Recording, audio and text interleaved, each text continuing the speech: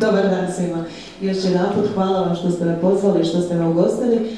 Ja ću vam danas pričat na jedan malo drugačiji način, jer meni je danas prvenstveno najvažnija primjena svim franšizerima ovdje promijeniti percepciju. Na osnovi onog što sam ja danas čula iz prve ruke, osobno, ja vas stvarno želim promijeniti percepciju. A na kraju i tijekom ovog predavanja ćete vidjeti zašto. Ja ću vam govoriti danas o najčešćim povredama koje se dešavaju kao stalnom sudskom vještaku i također ću vam govoriti na način da se ekonomskog stajališta kao doktor ekonomskih znanosti nije sve što vam se dogodi na način da trebate negativistički gledati, nego kako to možete implementirati vrlo korisno i jako korisno u vaše poslovanje, a da ćete financijski to moći nekako valorizirati. Stoga dobrodošli na moje predavanje koje počinje sa slajdom. Ako ste se posklisnuli, ne znači da ste pali. I to je najveća činjenica u franšiznom poslovanju, gdje jako puno ima sklizanja, ali malo ima lomova. I mislim da se te krilatice definitivno trebaju držati. Institut za neuromarketing je rješenjem Županijskog suda u Zagrebu imenovan stalnim sudskim vještakom za marketing i intelektualno vlasništvo. Osobno sam stalni sudski vještak za marketing i intelektualno vlasništvo skoro 10 godina.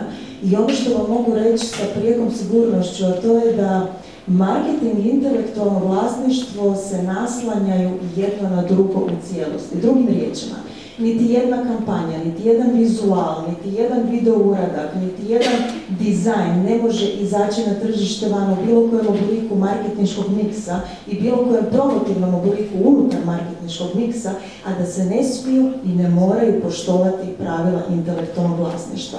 Kada sam postala sudskim vještakom, prvo sam bila sudski vještak za marketing, kasnije kada sam vidjela da se strašno struka interdisciplinarno naslanja na područje intelektualnog vlasništva i sa što većim brojem vještačenja u tom području, proširila sam i svoje vještačenje u tom dijelu. Upravo iz tog razloga da bi olakšalo se posao u samim postupcima, bilo vanparničnim ili bilo parničnim postupcima, kao i u savjetodavnim, kao vama sada franšizerima. Ono što bih htjela prije nego što krenem s ovim predavanjem je definirati koja je uopće uloga i funkcija sudskog vještaka. Sudski vještak sudjeluje na 3 razine. Sudski vještak, neovisno o kojoj struci se radi, prvenstveno je velika pomoć sucima. Zato se i zovemo sudski vještaci, a ne zovemo se nekako drugačije, nego imamo taj prefiks, zato što naša najveća pomoć i najčešća pomoć koju koriste su upravo suci. Suci nas koriste u parničnim postupcima kada imaju dilemu na koji način će riješiti određenu problematiku koja nadilazi njihovo područje ekspertize, koja se tiče baš isključivo područja ekspertize sudskog vještaka i tu sudski vještak sa svojim nalazima i mišljenjem može biti hvalevrijedna pomoć u tom postupku. S druge strane, u vanparničnim postupcima mi smo jako velika pomoć odvjetnicima. Odvjetnici nas najčešće konzultiraju kada im se stranke obrate, kada dođe do neke povrede. Onda smo mi ti koji utvrđujemo sa ekonomskog stajališta, ako se radi o sudskim vještacima ekonomske struke, kao što smo mi, onda se utvrđuje da li je došlo u ekonomskom dijelu do povrede ili nije, te izračunavamo kolika je nastala šteta. Treća naša komponenta je savjetodavna. U Hrvatskoj je, nažalost, malo korištena. Ja bih se usudila reći da samo to koriste velike korporacije, velike banke, veliki brendovi to koriste. Zašto? Zato što je u Europskoj uniji i u zemljama van Europske unije, posebice u Sjedinjenim Američkim Državama, sudski vještaci su korišteni na dnevnoj razini. Drugim riječima, savjetodavna komponenta sudskog vještaka prije plasiranja bilo koje kampanje na tržištu ili prije plasiranja bilo kojeg brenda na tržištu, da spriječite i minimizirate mogućnost na bilo kakve nastale povrede, vam može uštediti jako puno novaca. U Hrvatskoj mi kao institut imamo jednogodišnje ugovore gdje kvalitetno velike brendove itekako čuvamo, nazovimo to tako, gdje nam prije plasiranja bilo koje kampanje nama dolazi sve na stol da provjerimo da li je sve sa ekonomske strane i sa vještačke strane u redu, da ne bi došlo do eventualne povrede. Zašto je to bitno? U Hrvatskoj kada date određenu promociju, vi ju date marketinškoj agenciji. Vašu promociju rade dizajneri, rade kreativci. Vi ćete dobiti fenomenalan video uradak, dobit ćete fenomenalnu kampanju, dobit ćete fenomenalno brendiranje. Ali, ako je taj neki kreativac otišao da bi dobio inspiraciju i uzeo je dio brenda iz jedne kampanje, pa dio boje iz nakovlja iz druge kampanje, pa dio nečeg trećeg iz trećeg, ne znači da je on stvorio neku novinu. Ne znači da neće doći do eventualne povrede. Ne znači da možda već nešto nije zaštićeno u tom području. Ne znači kada se cjelokupna marketinška komunikacija gleda sa ne samo kvantitativnog stajališta gdje se utvrđuju pravne činjenice i elementi, nego gdje se gleda sa kvalitativnog stajališta na koji način ju doživljava prosječan potrošač sa stajališta percepcije potrošača. Da li ona šalje zbunjujuću poruku, da li šalje poruku jednostranu ili šalje poruku onako kako trebate slagati. U tom dijelu sudski vještaci odrađuju svoj posao i mi smo prijelomna točka u tom dijelu priče komunikacijskog marketinškog sprava. Ja ću vam danas pričat, kako mi je želja promijeniti vašu percepciju, ono što se najviše spominje u franšizama, a najrijeđe ja to viđam u ugovorima, to je brand kao kapital tvrtke. Nažalost u Hrvatskoj svaka čast izuzecima i kompanijama koji imaju odvjetnike na paušalu, ali nažalost još uvijek nedovoljno. Percepcija pravnika je kod nas u Hrvatskoj kao i percepcija sudskog vještaka da smo mi tu koji trebamo gasiti požar. Pa gospodo, mi nismo vatrogasci. Sigurna sam da vatrogasci bolje gase požar od nas. Ali naša uloga nije vatrogasna. Uloga odvjetnika treba biti, kao i sudskog vještaka, uloga preveniranja. Što to znači? To znači da vi se obratite odvjetnicima kada dođe do povrede. Malo i rijetke su kompanije koje su se nažalost opekle, pa onda su odlučile angažirati odvjetnike koji će paziti u tim dijelovima da li su ugovori dobro sastavljeni. Drugi dio koji je najčešće korišten u Hrvatskoj, a to je da se ugovore skidaju sa interneta, da se radi o tipskim ugovorima i da se radi copy-paste. Što to znači copy-paste? Ako je ugledno odvjetničko društvo, iskusan odvjetnik, sastavio kvalitetan ugovor za vas, gospodo, onda je to vaš ugovor. To nije ugovor treće strane. I ako je taj ugovor kvalitetan za XY tvrtku, ne znači da je on kvalitetan i za vas. Moja intencija nije ovdje favorizirati posao odvjetnicima, da se odmah razumijemo u samom startu, ali kao sudskom vještaku je moja intencija apstrahirati važne činjenice. A važne činjenice su upravo na mijenjanju te percepcije da smo mi vatrogasci, jer na taj način ćete sebi uštediti puno novaca. Sada pogledajte kako to izgleda iz očiju sudskog vještaka, kako to izgleda kada nama dođe na stol slučaj i kako to izgleda kada mi moramo uzeti sve relevantne činjenice u obzir, na osnovu kojeg nalaz ćemo neki producirati, a onda će odvjetnik dobiti određene postulate šta će s tim nalazom moći dalje napraviti. Kada govorimo o brendu, koliko vas, nemojte se sramiti, dignite ruke, kod mene su uvijek predavanje interaktivne i sa mojim studentima, pa tako i ovdje. Molim vas, svi franšizeri neka dignu ruke u vis, koji su bilančno uspjeli priznati ime svoje franšize, financijski i ekonomski. Bravo, imamo jednog. Nije istina? Imamo jednog. Svaka čast. Što to znači? Zašto ste kupili franšizu?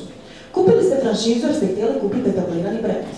Htjeli ste ići u tabanim postulatima za koje je dokazano da su marketinški fantastični. Htjeli ste koristiti provjereni marketing, htjeli ste koristiti provjereni know-how. Međutim, ono što niste napravili, a to je da ako imate kvalitetan brand, a vi ste primatelj franšize od XY franšizera, ako se ispune određene zakonske ekonomske pretpostavke, vi ga možete bilančno priznati. Što to znači u praksi? U praksi kada vi priznate svoj bilančno brand, ekonomske vrijednosti, naravno ako su zakonski, financijski i ekonomski uvjeti za to zadovoljeni, da ga možete priznati, knjigovodstveno. Onda vam se dogodi kada vi prodajete određenu franšizu, onda se računa vaš goodwill. To je vaša nematerijalna imovina koju mi u ekonomiji stručno zovemo goodwill. Drugim riječima, ako tvrtka A proda tvrtki B određenu tvrtku, naziv, brand, marku, bilo šta, za 100 miliona nečega. A onda se nalazom sudskog vještaka utvrdi da nematerijalni dio monetarne imovine čini 90% poslovanja tvrtke. Znači da 10 miliona nečega što ste vi prodali je sami goodwill. U pojmu i primjeru Coca-Cola to vam izgleda ovako. Neto vrijednost poslovanja Coca-Cola i koliko će kupac platiti za ukupnu vrijednost Coca-Cola. Pogledajte razliku. Na primjer, Coca-Cola samo u goodwillu ima u 2019. godini 26 milijardi dolara. Samo u goodwillu. I bilježi godišnji rast u odnosu na 2018. godinu za 59,62%. Ona ima amplitudno kontinuirani određeni rast u goodwillu, međutim ona je bilančno priznata. Što znači da sada netko kada bi se odlučio kupiti Coca-Colu ili bi htio kupiti određene tantijeme od Coca-Cola, neto vrijednost poslovanja je 10 miliona, ali zajedno sa goodwillom je 15 miliona. Sad se vraćamo na vaše pitanje, koje sam postavila malo prije. A to je da samo jedna osoba je znala prepoznat važnost toga koja sjedi ovdje. Kupili ste franšizu, ulagali ste u nju svoje znanje, svoje financijske resurse, ulagali ste u nju svoje vrijeme koje vam nitko ne može vratiti.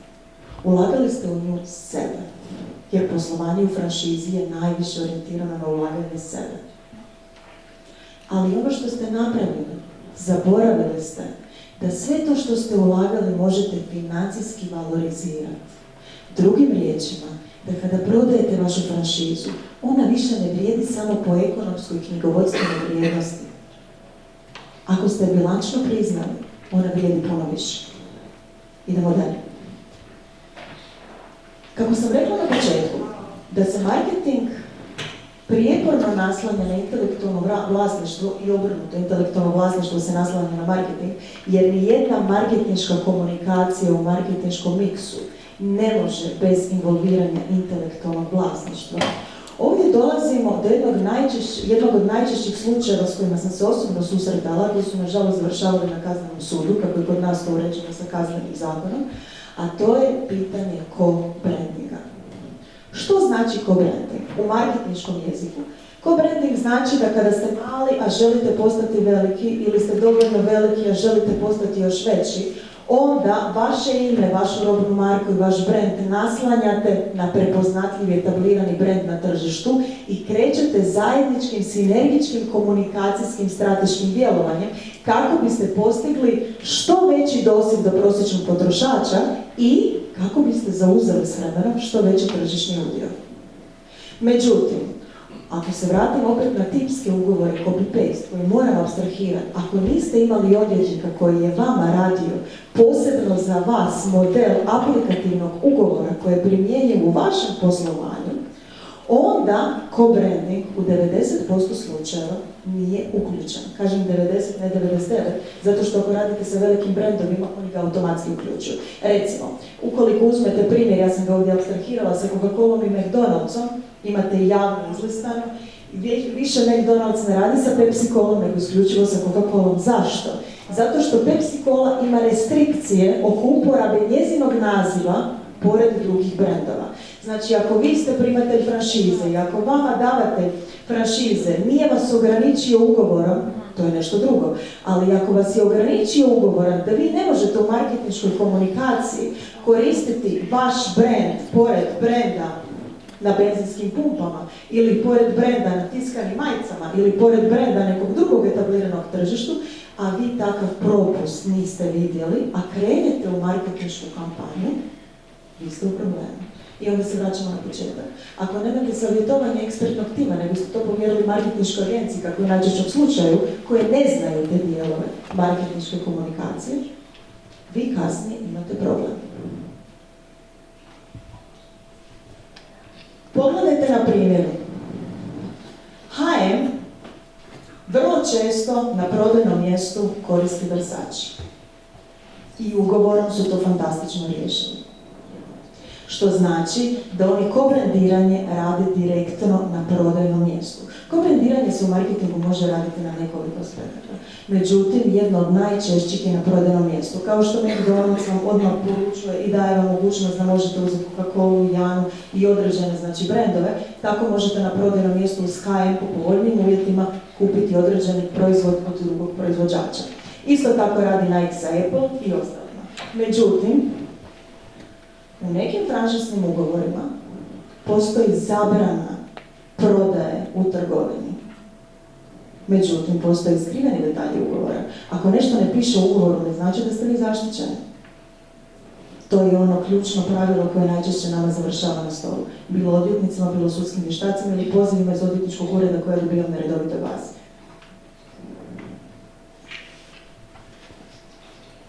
Što ne vidimo u ugovorima? Obaveza korištenja marke žigova, nešto sam napravila, samo sekundu. Usput fali nam jedna baterija. Za obveza korištenja marke žigova na probama ili proizvodima navedenim u franšiznom ugovoru. Ovo je vrlo važno. Na primjer, ako franšizer ima ugovor za plasiranje bezalkoholnih pića poput Coca-Cola, a upotreba franšizne marke na kapama ili majicama koje se prodaju na benzinskoj postaji bi se najvjerojatnije smatrala kršenjem ugovora. Sve je dobro dok vas netko ne tuži, ili kao što je bio primjer prije par godina od neke banke, jedne banke, ne smijem imenovati u Hrvatskoj, jer mi nažalost ne smijemo govoriti o našim predmetima, koja je uložila milijunske iznose u kampanju, uvela u sve poslovnice, fenomenalno imala video spotove, jumbo plakate, indoor oglašavanje, outdoor oglašavanje, print memorandume, zatim je koristila na konferencijama sve i onda se dogodilo da je konkurentska banka uzela sudskog vještaka koji je utvrdio da se radi o povredama, a radila je razvikana marketinška agencija koja je napravila fenomenalan posao s marketinškog stajališta. Ali dizajneri nisu znali, ako uzmu ovu boju ovdje, ovaj logotip ovdje, ovaj dio ovdje, ovaj zvuk ovdje i sve to stavi u nešto novo, da neće doći do povrede. Na kraju je banka, osim više milijunskog iznosa štete, morala povući sve za tržište. Zato, ponavljam, ugovori, nemojte ih kopirati. Uzmite stručnjake, uzmite odvjetnike. Puno je jeftinije i isplativije platiti odvjetnika u samom startu. Ne znači da je odvjetnik osoba koja će vas zaštititi 100%, bez daljnjega. Ali uvijek može doći do povrede. Postoji nešto što se zove kriminal. Neko se neće obazirati na ugovor kojeg vi imate. Ali kada imate ugovor gdje ste dobro zaštićeni, kasnije ćete to financijski jako dobro valorizirati. Doći ćemo do toga. Korištenje franšizne marke na majicama koje se prodaju kod franšizera koji prodaje drugu robu, što sam malo prije spomenula, ako je priznato, podrazumijeva i plaćanje tantijema od prodaje majica. Što to znači? Vraćamo se na bilančno priznavanje vašeg brenda. Ako ste uspjeli bilančno priznat vaš brend i ako su zakonom zadovoljene pretpostavke sa ekonomske i financijske računovodstvene strane, i dobili ste od sudskog vještaka crno na bijelo nalaz u kojem vam piše da vaš brend se može priznati. I na osnovi toga vi ga priznate. Drugi brend želi s vama raditi ko branding. Može, ali će vam plaćati tantijeme na svaki dio prodaje od svog dijela proizvoda i brenda što je radio. Znači, gospodo draga, osim one percepcije koju ste mislili, da samo u ugovoru postoje dijelovi koje možete naplatiti. Postoje puno više dijelova koje možete naplatiti kada ni ne znate. Idemo dalje.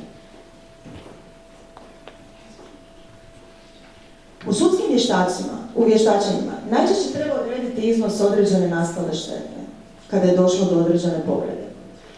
Tu se postavlja nekoliko pitanja. Jesu li ugovorom definirane odredbe o odgovornosti za namirenje troškova nastalih ako dođe do kršenja ugovora i prava?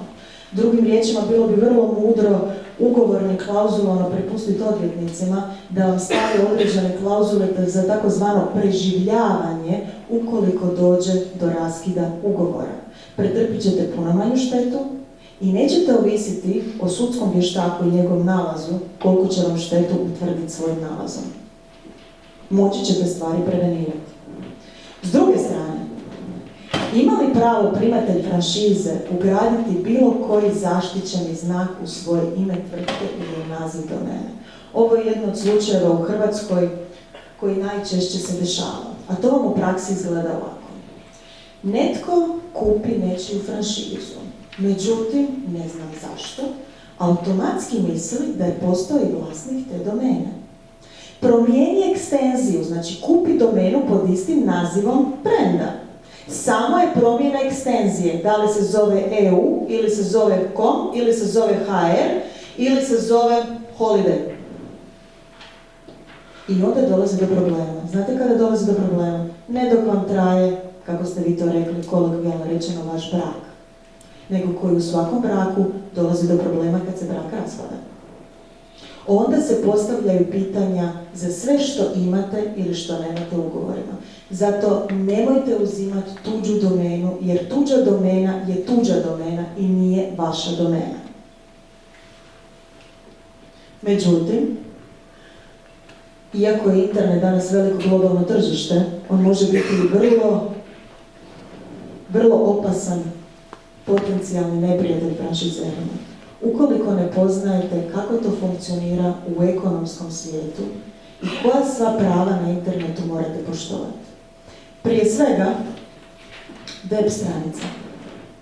Čula sam u izlaganju prvotno od franšizera da je nečija web stranica bila ukrana copy-paste od crtovlja, znakova, svega.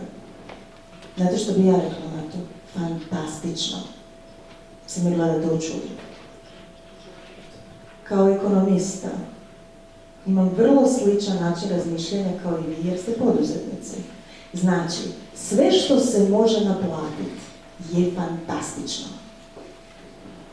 Kada vam neko ukrade web stranicu, normalno da vi ste vezani za vaš intelektualni know-how i da nije ugodno da vam je netko ukrao nešto. I da sami čin povrede i kopiranje nečega nije lijepo ako ga primate na osobnoj razini. Međutim, ako stavite jednu distinkciju od svega toga i na jednoj profesionalnoj razini to razmotrite, onda samo snimite u budućnosti što vam je tko ukrao. Kada ste snimili, dokumentirajte kompletno sve, cijeli uradak, nazovite odvjetnika vašeg, nemojte ih još upozoravati da to maknu, kontaktirajte prvog sudskog vještaka koji će vam utvrditi kolika je nastala šteta. I onda kada vaš odvjetnik dobije nalaz od vašeg vještaka, vjerujte mi, u 99% slučajeva doći će do vansudske nagodbe. Što znači u prijevodu? Oni će stranicu i onako maknuti, ali vi ćete zaraditi. Šta ste dobili od toga ako vas je netko kopirao, a vi niste od toga zaradili? Realno ništa. Ali ovako ako ste se nasekirali, dobili ste znači određene konsekvence u tom pogledu koje štete vašem potencijalno, štete vašem brendu, vašem ulaganju. Čim ste zaradili samim činom, vi ćete se osjećati bolje. Vi ne možete zabraniti kopiranje, vi ne možete zabraniti plagiranje. Ne postoji ugovor koji će vas štititi od toga, ne postoji zaštita koja će vas štititi od toga. Ali, zašto je ugovor važan, zašto je zaštita važna? Zato što ako gospod imate ugovor i ako imate kvalitetnu zaštitu, onda ćete to kvalitetno financijski valorizirati. Znači, drugim riječima, postoje tvrtke s kojima ja jako dobro surađujem, iznenadili biste se, koji su jako velike, koje mole Boga da ih netko kopira. Ozbiljno vam to kažem. Zašto? Zato što savršeno surađuje s odvjetničkim timovima i sa vještacima, gdje svaki puta kada dođe do određene povrede, oni su stvorili sebi financijsku influencu financiranja od povreda. Znači, drugim riječima, vraćamo se na promjenu percepcije. Kada vas netko kopira, svaki puta gledajte koliko novaca možete od toga zaraditi. Nemojte to gledati, nekome je kopirao, trebamo obavijestiti medije. Ne! Što duže bude na internetu, što imate više materijala za nastalu štetu, vaša šteta će biti veća. A sada, ako stavimo u korelaciju da ovdje pričamo o franšizerima, čiji brendovi su itekako etablirani, onda ne govorimo o malim iznosima. Također, što se tiče dozvoljenih linkova za dijeljenje, tu morate biti vrlo oprezni. Kada dođe do raskida ugovora, malo ugovora to ima kod sebe, jako malo, ja u Hrvatskoj sam možda vidjela samo 2, I to od velikih kompanija koji su radili odvjetnici, znači, ali kad govorimo o copy-paste ugovora, to nema niti jedan. A to je, kada ste dobili određenu franšizu, što smijete podijeliti na vašoj službenoj web stranici, što ne? Zašto? Zadirete, gospodo, u autorska prava. Vi imate restrikcije na određene članke koji su objavljeni. Smijete li ih preuzeti ili ih ne smijete preuzeti? Medijske kuće posluju po posebnim zakonima. U marketinškoj komunikaciji vrlo je velika razlika na koji način poslujete, kako kreirate vaš marketinški brand i cjelokupni vaš marketinški miks. Tako da budite vrlo oprezni. Što vam je detaljniji ugovor, ne znači da će vas zaštititi, ali ćete moći jako dobro zaraditi ako dođe do povrede, a s druge strane će vas i zaštititi ukoliko dođe s povrede s vaše strane. Nehotice, recimo. Kada govorimo o fotografijama, to je profesorica jako dobro objasnila. Znači, što se tiče fotografija, tu morate biti oprezni, jer nije stvar samo autorska prava su u Hrvatskoj neprenosiva. Mi sudski vještaci jako puno imamo slučajeva baš po pitanju fotografije, zato što su fotografi, ono što je kolegica Damjana pričala, fotografi su otkrili savršen izvor zarade od kada je stupio određeni zakoni su na snagu vezani za autorska prava i onda su svjesni toga, recimo potpiše ugovor za slikanje određeno za turističku zajednicu ili određenu općinu ili određeni grad i onda nakon 2 godine se sjete da bi oni mogli, ili nakon godinu dana, da bi mogli tužiti tu turističku zajednicu zato što je objavila njihove fotografije na internetu ili nešto, a oni njoj nisu, sad me dobro slušajte, prenijeli pravo. Prenijeti prava se ne mogu, to odmah da razriješimo. Autorstvo je u Hrvatskoj neprenosivo, to odmah da smo na čistu. Znači, kad vam netko kaže da vam je prenio prava, taj vas laže. Ali ono što vam može se napraviti, može vam ustupiti prava na korištenje. Znači, moj savjet vam je, kada razgovarate sa bilo kojim davateljem, primateljem kasnije franšize, dogovorite na koji način ćete dijeliti međusobne fotografije i prije toga provjerite da li vi imate određene obveze prema osobi koja vam je to slikala i koja je stvarni autor tih fotografija. Što se tiče digitalnog marketinga, tu vrijede posebna pravila. Iako se morate držati intelektualnog vlasništva prilikom izrade dizajna, morate poštivati i određene pravila koje se tiču digitalnog marketinga. Ne zaboravite da digitalni marketing ide na platformama kao što su Google, kao što je Instagram, kao što je Twitter i da tu podliježete američkim zakonima. I tu se jako puno ljudi posklizne. Zato budite vrlo oprezni. Vizuali, ista stvar. Znači, vraćamo se na početak priče. Nikad nije loše uposliti stručnjake u cijelom marketinškom spletu.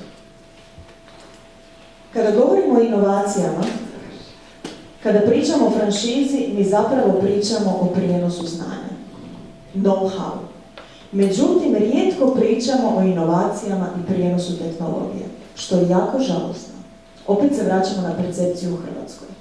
Percepcija u Hrvatskoj franšizera, nažalost, nije temeljena na znanju, nije temeljena na inovacijama, kao što je u susjednim državama skroz drugačija percepcija, koja je formalno pravno drugačije regulirana. Ovdje, kada govorimo o inovacijama, ako se držimo OECD-a službenog, inovacije u velikom zamahu nadilaze R&D. I to je istina. Za 10 godina od danas inovacije će biti skroz nešto drugačije u poslovnom ekonomskom jeziku nego što su danas. Kako je bilo rečeno na forumu OECD-a, to nadilazi okvire istraživačkih laboratorija, a odnosi se na korisnike, dobavljače i potrošače općenito, u vladi, poduzetništvu i neprofitnim organizacijama preko granica, preko sektora i preko institucija. Drugim riječima, inovacije više nisu ograničene samo na industrijske inovacije. Zašto je to vama važno?